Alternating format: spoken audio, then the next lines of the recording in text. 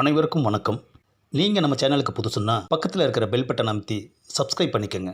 தொடர்ந்து எல்லா வீடியோக்களையும் நீங்கள் பார்க்கலாம். அர்க்கானிக்கு ஸ்னேக் பாபுவை பிடிக்கல. ஓகே, ஸ்னேக் பாபுக்கு அர்க்கானியை பிடிச்சிருந்ததா? அருமையான கேள்வி தம்பி. எங்கே கேட்காம இருப்பியோன்னு நினச்சேன். கரெக்டாக கேட்டுட்டேன். ஏன்னா கதையோட டர்னிங் பாயிண்ட்டே இங்கே தான் இருக்குது. சரி, ஒரு பிரேக் விடுவோம். நான் பாத்ரூம் போயிட்டு வந்துடுறேன். ஆஹா, மொதல் டீ பிரேக்கு, இப்போ பாத்ரூம்.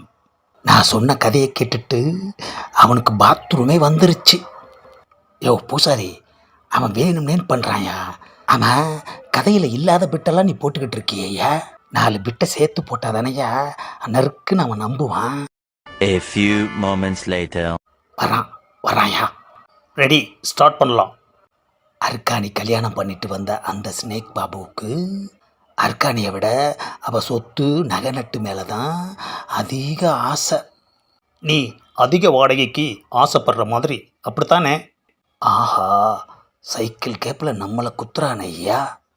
அர்க்கானியோட நகை நட்டு பணம் இதையெல்லாம் எப்போ ஆட்டையை போடுவோன்னு எதிர்பார்த்துக்கிட்டே இருந்தான் அந்த ஸ்னேக் பாபு. நான் இப்போ சொல்ல போகிறது கிளைமாக்ஸ். பயந்துராத தம்பி.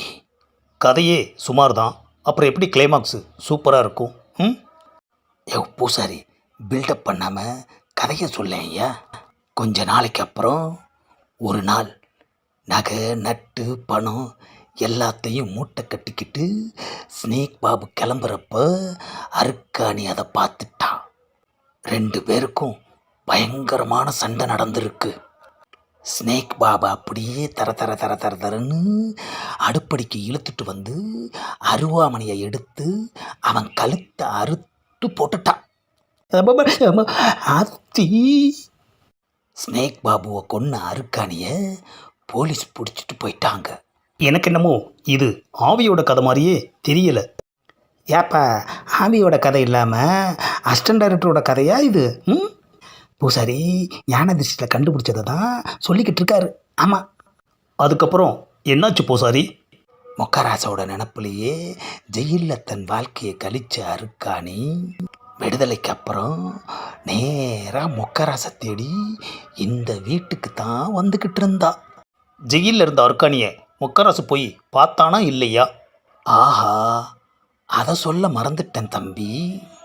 ஜெயிலில் இருந்த அர்க்கானியை மொக்கராசு அடிக்கடி போய் பார்த்ததுனால தான் அவனை மறக்க முடியாமல் அர்க்கானி தவிச்சுக்கிட்டு இருந்தா. என்னாச்சு ஏதாச்சுன்னு தெரியலப்பா. மொக்கராசை பார்க்க வந்துக்கிட்டு இருந்த அர்க்கானி பாதி வழியிலேயே திடீர்னு மயக்கம் போட்டு விழுந்து செத்து போயிட்டா. ஆஹா, கதை வேற லெவலெல்லாம் இருக்கு அத்தி.